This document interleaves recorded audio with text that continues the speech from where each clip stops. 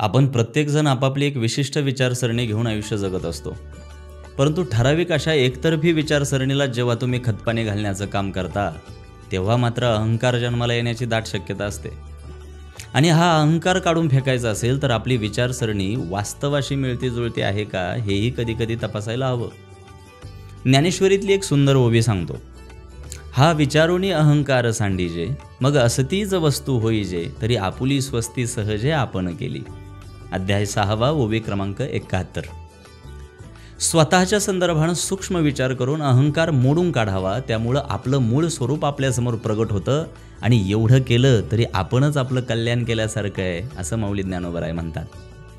तुम्ही बघा, कायम स्वतःचंच खरं करणारी माणसं प्रत्येक गोष्टीला एकतर्फी उत्तर देत असतात, कारण त्यांना वास्तवाचं भानच नसतं. कायम खोट्या कल्पनेत जगणं फार घातक असतं. तुमच्याही बाबतीत असं होत असेल तर लवकरात लवकर एकतर्फी विचारांची तटबंदी तोडून बाहेर पडा. एक नवं युग तुमची वाट पाहते.